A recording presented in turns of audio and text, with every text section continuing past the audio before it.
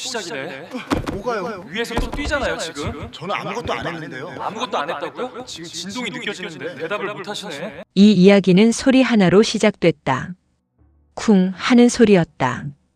특별한 소리가 아니었다. 아파트에서 흔히 나는 소리였다. 위층에서 뭔가 떨어졌거나 아이가 뛰었거나 어른이 발을 내디뎠거나 이유는 여러 가지였다. 그 소리를 처음 들은 것이 이사 온 첫날 밤이었다.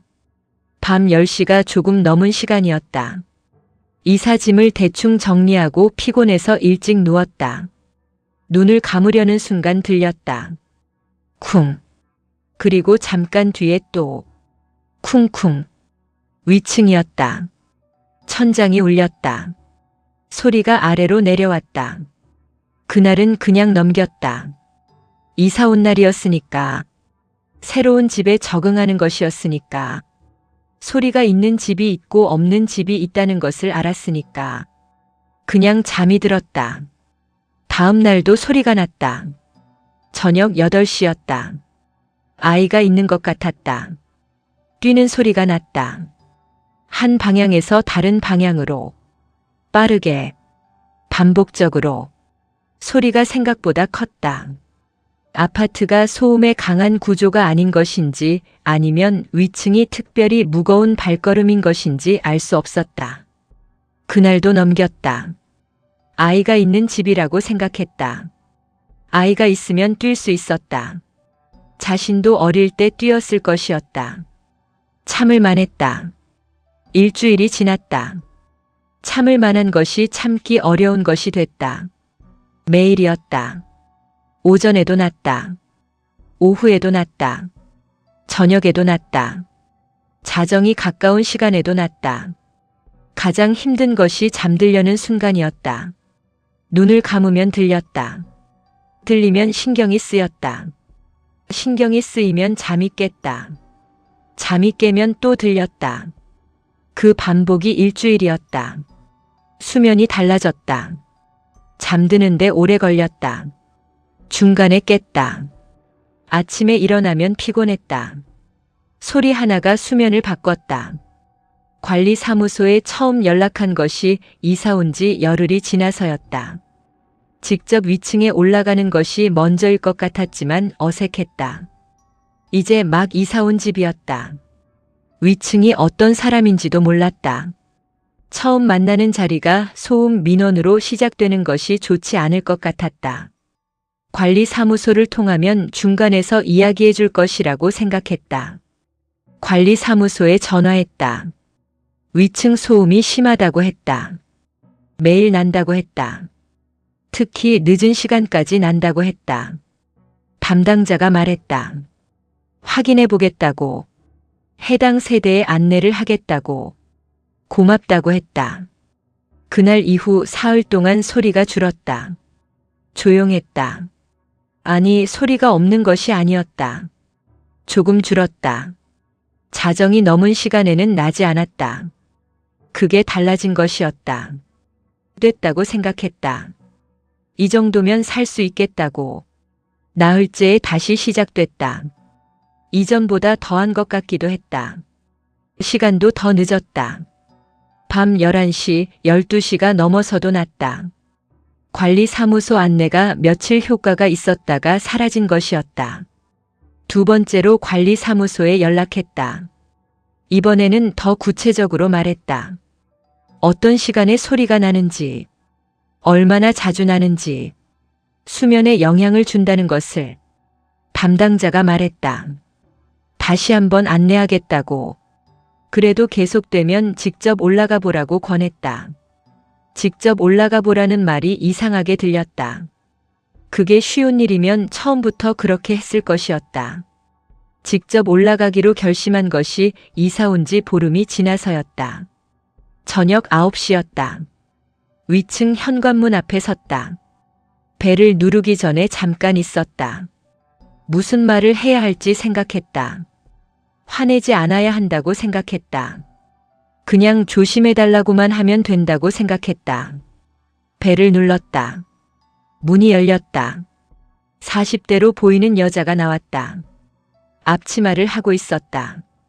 저녁 준비 중이었던 것 같았다. 아래층에 새로 이사 온 사람이라고 했다.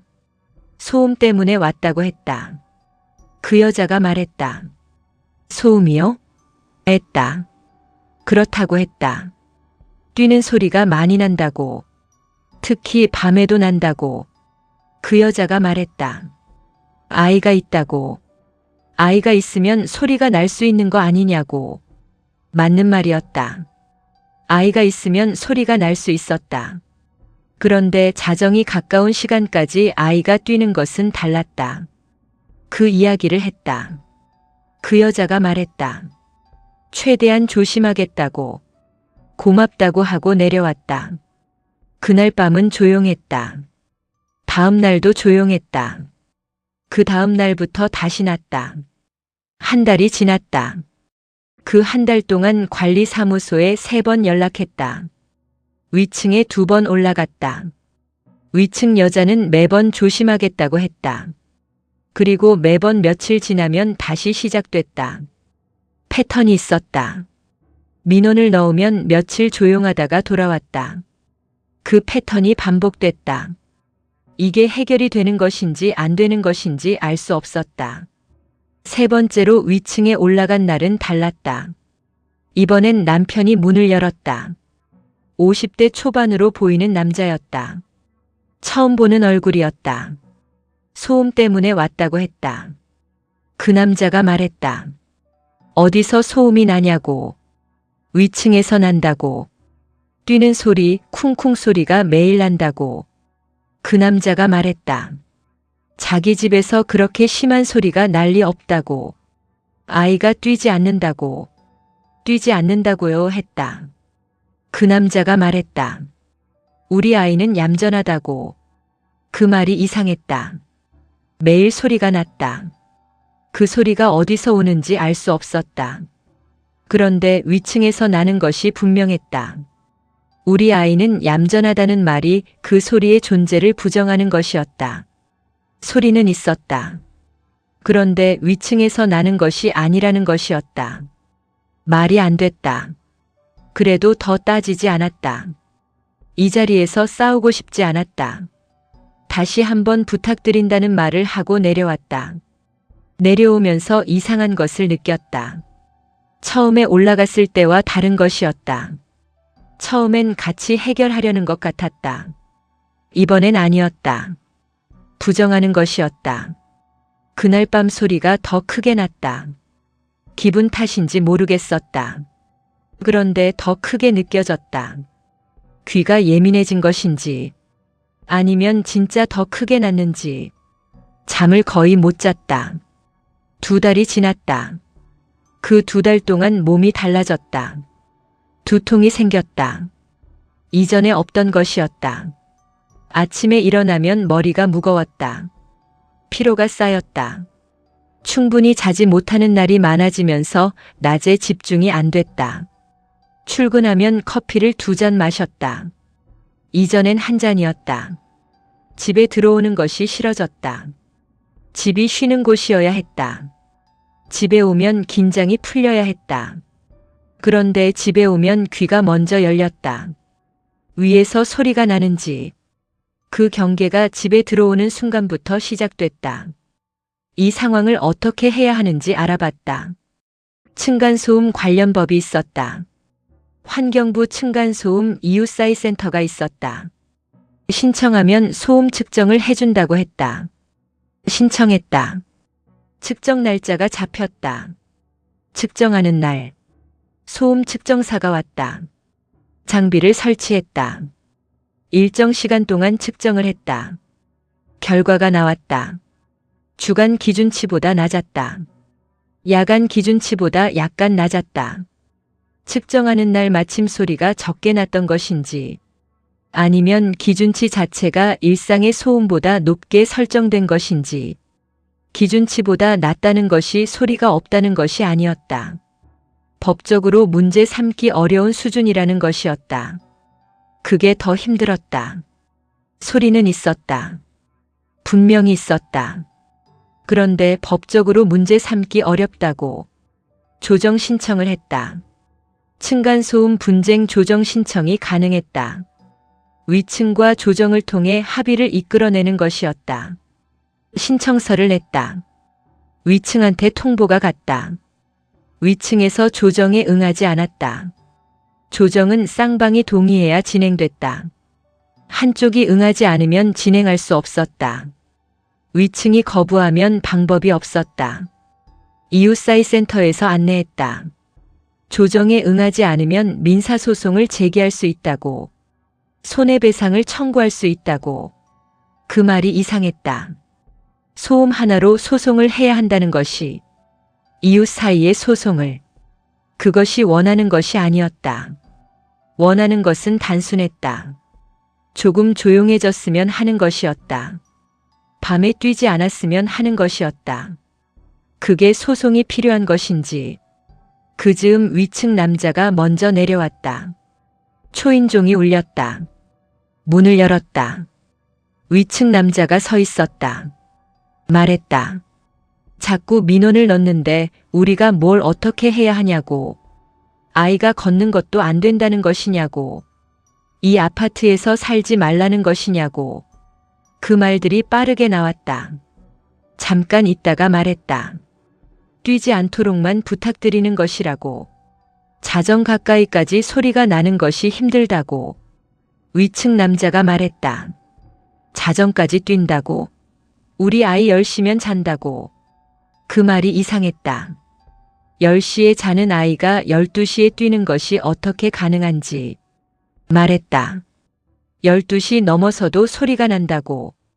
그게 아이가 아니라면 어른이 내는 소리일 수도 있다고. 위층 남자가 말했다. 우리 집에서 나는 소리가 아닐 수도 있다고. 옆집에서 나는 소리가 아래로 전달되는 것일 수 있다고. 그 말이 새로운 것이었다. 옆집 소리가 구조상 아래로 전달될 수 있다는 것이 가능한 일이었다. 그런데 방향이 달랐다. 소리가 오는 방향이 위쪽이었다. 옆쪽이 아니었다. 그 이야기를 했다. 위층 남자가 말했다. 그게 아래층 사람 기준이라고. 소리가 반사되면 방향을 알기 어렵다고. 그 대화가 어떻게 끝났는지. 끝나지 않았다. 위층 남자가 말을 계속했다. 자신들도 피해자가 될 수 있다고. 이렇게 계속 민원을 넣으면 자신들도 가만히 있지 않겠다고. 가만히 있지 않겠다는 말이 어떤 의미인지 물었다. 위층 남자가 말했다. 당신네 집에서 나는 소리도 있다고. 요리할 때 소리, 문 닫는 소리, 그것도 다 위로 올라온다고. 자신들도 민원을 넣을 수 있다고. 그 말이 압박이었다. 조용히 해결하려던 것이 달라졌다. 위층 남자가 내려간 뒤에 오래 생각했다. 상황이 달라진 것이었다. 처음엔 소음을 해결하려는 것이었다. 그게 이제 서로 민원을 넣겠다는 상황이 됐다. 어떻게 된 것인지. 소음 때문에 시작됐다. 그런데 소음이 전부가 아니게 됐다. 서로 자존심이 걸린 것이 됐다. 며칠 뒤 관리사무소에서 연락이 왔다. 위층에서 아래층 민원을 넣었다고. 아래층에서 주방 소음이 심하다고. 창문 여닫는 소리가 크다고. 당황했다. 그런 소리가 나는지 생각해봤다. 요리는 했다. 창문을 여닫았다. 그게 민원이 될 정도인지 몰랐다. 관리사무소에서 양쪽 모두 소음에 주의해달라는 안내를 보냈다고 했다. 상황이 이렇게 되는 것인지 몰랐다. 갈등이 어떻게 깊어지는지. 처음엔 소음이었다. 그 다음엔 서로의 태도가 됐다. 그 다음엔 자존심이 됐다. 그 다음엔 누가 옳은지의 문제가 됐다. 소음은 처음의 이유였다. 갈등이 커지면서 소음이 작아 보일 만큼 다른 것들이 생겼다. 위층이 어떤 사람들인지 알아갔다. 의도하지 않게 알아갔다. 마주칠 때가 생겼다. 엘리베이터에서, 주차장에서, 입구에서. 처음엔 인사를 했다. 위층 여자가 인사를 받지 않았다. 그 다음부터 인사를 하지 않았다. 같은 건물에 사는 사람과 인사를 하지 않는 것이 어떤 것인지, 매일 마주칠 수 있는 사람과 눈을 피하는 것이 그게 이상했다. 위층 아이를 처음 제대로 본 날이 있었다. 엘리베이터에서였다. 초등학교 2, 3학년으로 보이는 남자아이였다. 엄마랑 같이 탔다. 아이가 엘리베이터 안에서 뛰었다. 엄마가 말했다. 하지 말라고. 아이가 멈췄다. 그 장면이 이상했다. 엄마가 말하면 멈추는 아이였다. 그게 집에서는 다른 것인지, 아이가 나쁜 것이 아니었다. 아이는 그냥 아이였다. 에너지가 많은 아이였다. 뛰고 싶은 아이였다. 뛰지 말라는 것이 아이한테 어려운 것이었다. 그게 아이 잘못이 아니었다. 부모가 잡아주는 것이 필요했다. 그리고 부모가 어느 정도는 잡아주고 있었다. 엘리베이터에서 멈추게 했던 것처럼. 그런데 집안에서는 달랐다. 그 차이가 어디서 오는 것인지, 집안에서는 소리가 나도 아래층에 들리는 것인지 모르는 것인지, 아니면 알면서 그냥 두는 것인지 알 수 없었다. 위층 남자가 민원을 넣은 뒤로 달라진 것이 있었다. 소리에 더 예민해졌다. 자신이 내는 소리가 신경 쓰였다. 발걸음을 조심했다. 문을 조용히 닫았다. 요리할 때 소리가 나지 않도록 했다. 이상한 상황이었다. 자신의 집에서 자신이 내는 소리를 조심해야 하는 상황이, 그게 원하는 것이 아니었는데, 그 상황이 어떤 것인지 가까운 친구한테 이야기했다. 친구가 들었다. 그러고 말했다.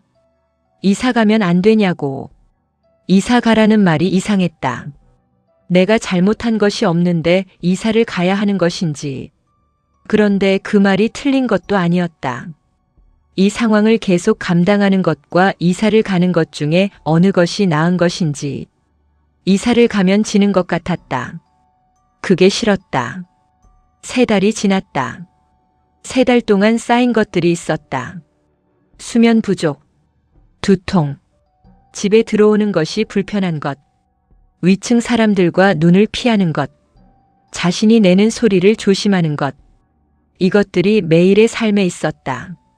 소음 하나가 만든 것들이었다. 어느 날 위층에서 큰 소리가 났다. 밤 10시였다. 이전보다 컸다. 쿵쿵이 아니라 쾅쾅에 가까웠다. 무슨 일인지 알 수 없었다. 1시간이 지나도 계속됐다. 관리사무소에 전화했다. 담당자가 자리를 비웠다. 긴급 연락처로 전화했다. 받지 않았다. 경찰에 신고하는 것을 생각했다. 112에 층간소음으로 신고할 수 있는지 알아봤다. 가능하다고 했다. 그런데 경찰이 출동해도 강제할 수 없다고 했다. 신고하지 않았다. 신고하면 관계가 더 나빠질 것 같았다. 그 소리를 참으면서 잠들었다. 다음 날 위층에서 어떤 일이 있었는지 나중에 알았다. 위층 부부가 싸웠다는 것이었다. 같은 층 다른 집 사람한테서 들었다. 복도까지 소리가 났다고 했다. 부부 싸움 소리가 아래층으로 전달된 것이었다. 그걸 알고 나서 이상한 감정이 들었다. 소리를 참으면서 잠든 것이 그 부부 싸움 소리였다는 것이, 그 소리가 자신과는 무관한 것이었다는 것이, 위층 부부가 사이가 안 좋다는 것이 맞는 것인지 알 수 없었다. 한 번의 일이었다. 누구나 한 번씩 싸울 수 있었다. 그런데 그 뒤로 이상한 것들이 보였다. 위층 여자가 혼자 엘리베이터를 타는 날이 늘었다. 위층 남자는 늦게 들어오는 날이 늘었다. 아이가 혼자 엘리베이터를 타는 날도 있었다. 각자 따로 움직이는 것처럼 보였다. 그 상황이 자신과 무관한 것이었다. 위층 부부의 사정이 어떤 것이든 자신의 일이 아니었다. 그런데 이상하게 생각이 달라졌다. 그 집 안에서 무슨 일이 있는 것인지 모르는 채로 소음 민원만 넣고 있었다는 것이, 위층 사람들이 나쁜 사람들이 아닐 수도 있다는 것이, 그냥 힘든 사정이 있는 집일 수 있다는 것이, 그 생각이 드는 것이 이상했다. 3달 동안 소리에 시달리다가 갑자기 그런 생각이 드는 것이, 생각이 달라지는 것이 언제부터였는지. 위층 아이를 다시 본 날이었다. 아이가 혼자 엘리베이터를 탔다. 학교를 마치고 온 것인지 가방을 메고 있었다. 아이가 버튼을 눌렀다. 그러다 아이가 말했다. 안녕하세요. 먼저 인사를 했다. 당황했다. 아이 부모는 인사를 안 받는 사이였다. 그런데 아이는 인사를 했다. 아이한테 인사를 했다. 아이가 웃었다.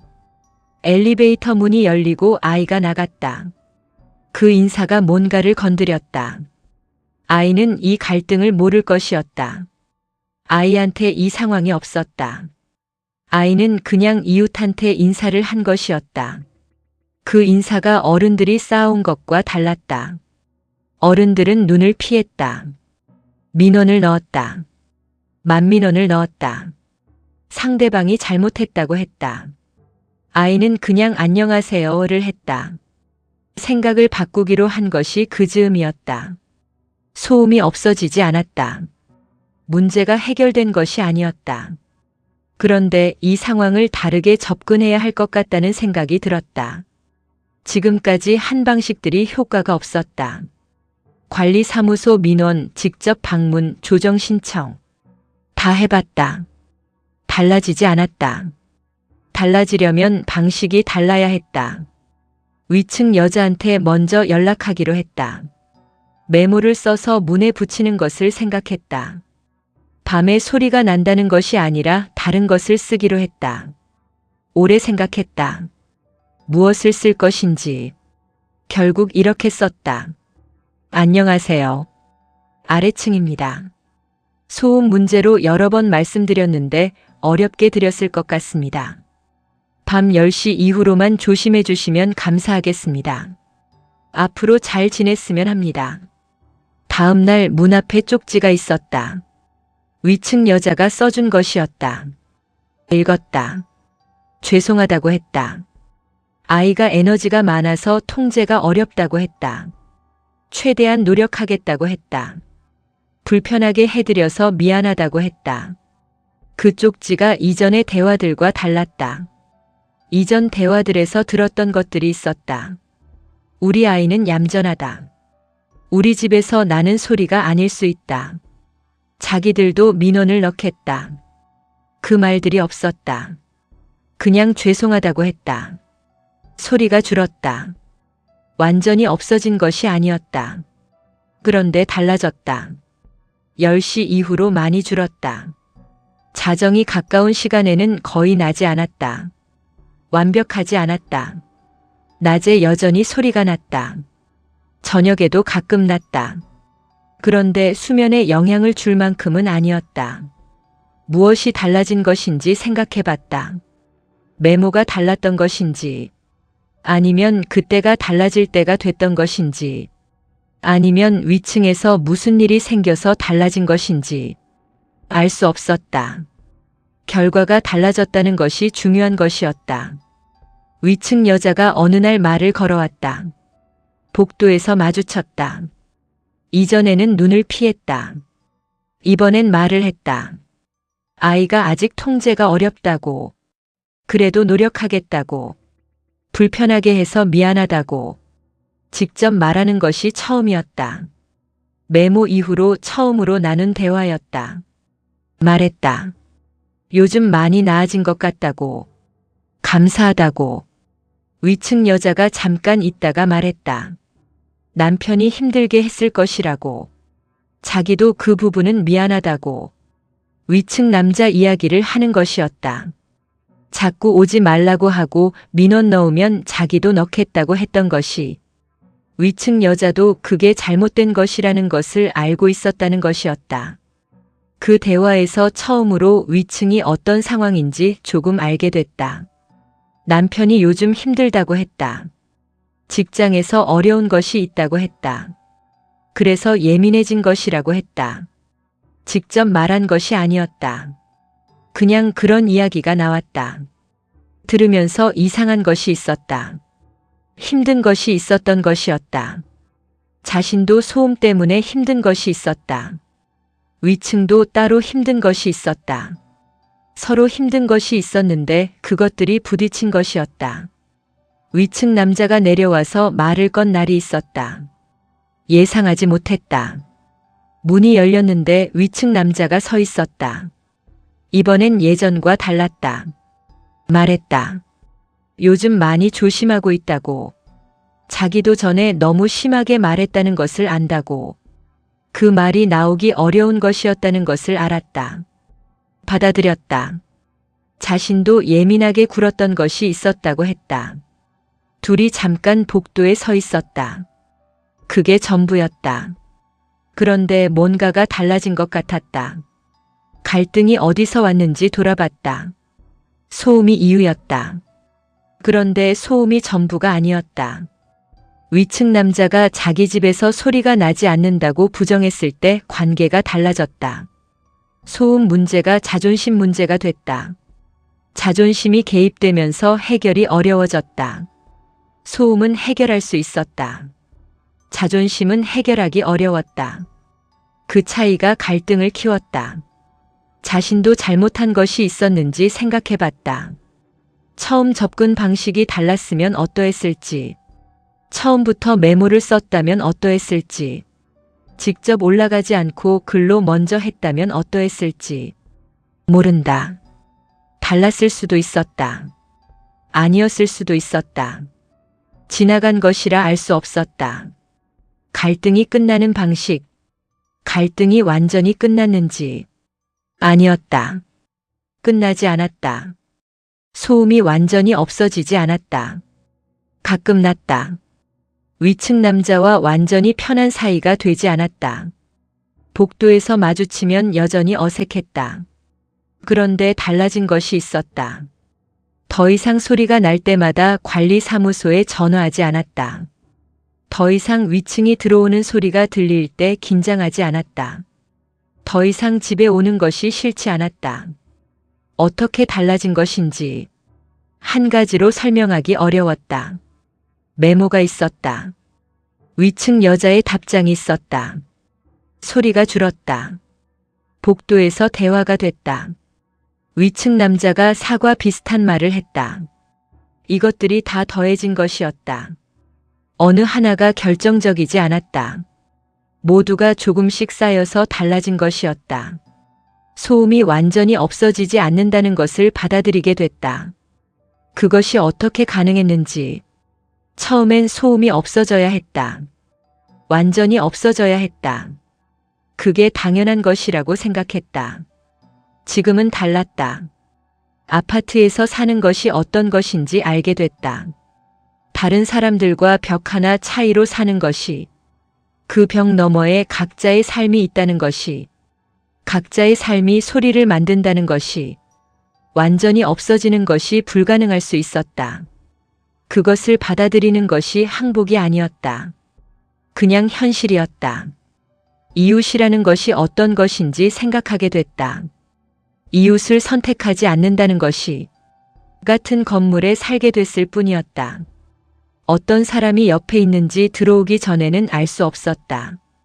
그래서 이웃이 어렵다는 것이 선택하지 않은 관계이기 때문에. 그런데 살면서 관계가 생긴다는 것이 피하거나 부딪히거나 하는 관계가 갈등의 끝이 어떤 것인지 해피엔딩이 아니었다. 위층과 친구가 된 것이 아니었다.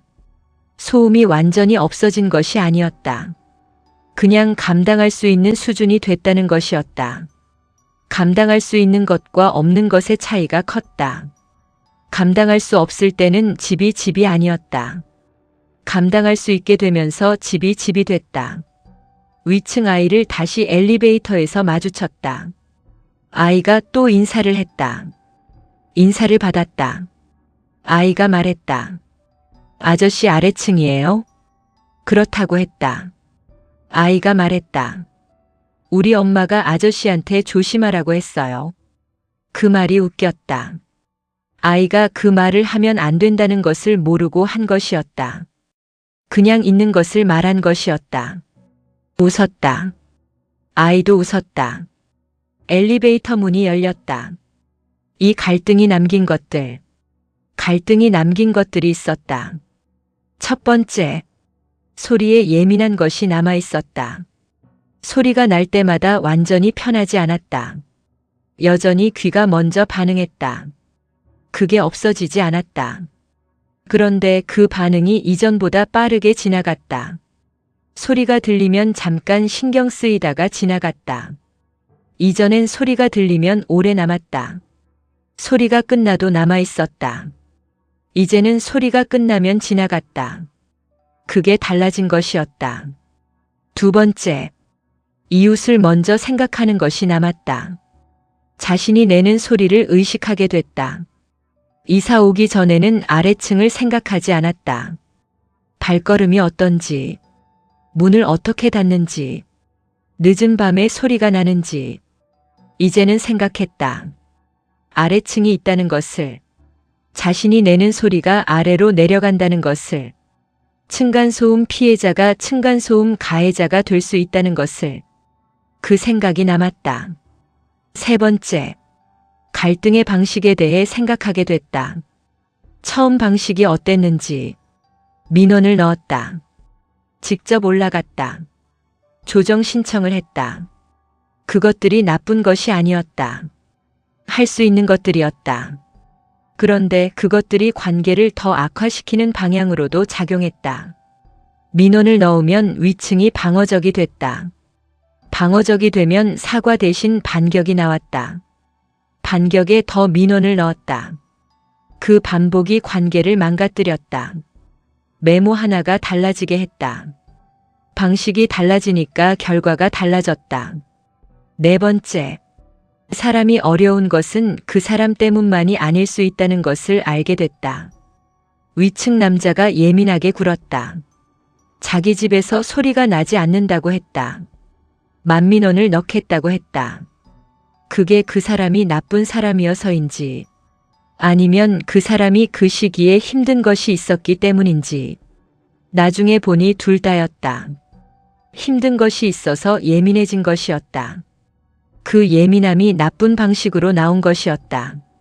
나쁜 방식이 나쁜 사람을 의미하지 않는다는 것을, 그 구분이 생겼다. 지금은 어떠냐고. 소음이 없어진 것이 아니었다. 위층 아이가 조용해진 것이 아니었다. 아이가 자라서 에너지가 줄 때까지 소리는 날 것이었다. 그런데 지금은 그것이 삶의 일부가 됐다. 일부가 됐다는 것이 좋다는 것이 아니었다. 그냥 있는 것이 됐다는 것이었다. 아파트에서 산다는 것이 어떤 것인지 이 경험이 알려줬다. 혼자 사는 것이 아니었다. 위에 사람이 있고 아래에 사람이 있고 옆에 사람이 있었다. 그 사람들의 삶이 소리로 전달됐다. 그것을 완전히 차단할 수 없었다. 차단이 아닌 다른 방식으로 살아야 했다. 다른 방식이 어떤 것인지, 소리가 날 때 그 소리가 무엇인지 생각해 보는 것이었다. 위층 아이가 뛰는 소리라면 아이가 살아있다는 소리였다. 위층 부부가 이야기하는 소리라면 그들의 하루가 거기 있다는 소리였다. 위층 여자가 요리하는 소리라면 저녁을 준비하는 소리였다. 그 소리들이 나쁜 소리가 아니었다. 단지 아래로 내려온 소리였다. 그렇게 생각하면 다르게 들렸다. 항상 그렇게 생각할 수 있는 것이 아니었다. 늦은 밤에 소리가 나면 여전히 힘들었다. 그래도 그렇게 생각할 수 있는 날이 생겼다. 이 이야기가 말하고 싶은 것이 있다면, 갈등이 생기면 방식이 중요하다는 것이었다. 무엇을 원하는지도 중요하지만 어떻게 접근하는지가 결과를 바꿨다. 그리고 상대방이 어떤 사람인지보다 지금 어떤 상황인지가 행동에 영향을 준다는 것이었다. 나쁜 사람과 힘든 상황에 있는 사람이 비슷하게 보일 수 있었다. 층간소음이 이 집만의 이야기가 아니었다. 아파트에 사는 사람이라면 한 번쯤 겪는 것이었다. 위층이 힘든 사람이 있고 아래층이 힘든 사람이 있었다. 서로가 서로한테 알지 못하는 소리를 내면서 살았다. 그 소리들이 부딪히는 것이 층간소음이었다. 부딪히는 것이 싸움이 되기도 하고 해결이 되기도 했다. 어떻게 부딪히느냐에 따라 달라졌다. 위층 아이가 또 크면 어떻게 될지 모르겠었다. 지금보다 더 뛸 수도 있었다. 더 크면 줄 수도 있었다. 모른다. 지금 있는 것이 지금 있는 것이었다. 지금 이 수준이면 살 수 있었다. 그게 지금 있는 것이었다. 집에 들어올 때 귀가 먼저 열리는 것이 사라지진 않았다. 그런데 들리는 소리가 이전과 다르게 들렸다. 이전엔 소리가 들리면 또 시작이라고 생각했다. 지금은 소리가 들리면 위층이 있구나 하고 생각했다. 같은 소리인데 다른 생각이 됐다. 생각이 달라지니까 느낌이 달라졌다. 그게 이 경험이 남긴 것이었다. 위층 아이가 어느 날 아래층에 무언가를 가져왔다. 엄마랑 함께였다. 명절이었다. 위층 여자가 말했다. 아이가 드리고 싶다고 했다고. 작은 것이라 부끄럽다고. 아이가 건넨 것은 과자 한 봉지였다. 아이가 말했다. 많이 시끄럽게 해서요 했다. 그 말이 아이한테서 나온 말인지 어른한테서 나온 말인지 알 수 없었다. 어느 쪽이든 상관없었다. 받았다. 고맙다고 했다. 아이가 웃었다. 그날 저녁 그 과자를 먹으면서 생각했다. 소음 하나로 시작된 것이 여기까지 온 것이었다. 싸웠다. 민원을 주고받았다. 눈을 피했다. 메모를 썼다. 대화를 했다. 그 과정이 다 있어서 지금이 있었다. 쉬운 과정이 아니었다. 그래도 지나왔다. 층간소음으로 시작된 갈등이 어떻게 끝났는지 드라마처럼 끝나지 않았다. 악수를 하며 화해하지 않았다. 밥을 같이 먹으며 친해지지 않았다. 그냥 소리가 조금 줄었다. 마주치면 가끔 말을 했다. 아이가 인사를 했다. 그게 끝이었다. 작은 끝이었다. 작은 끝이 없는 것보다 나았다. 아파트 창문을 열면 위층에서 소리가 들렸다.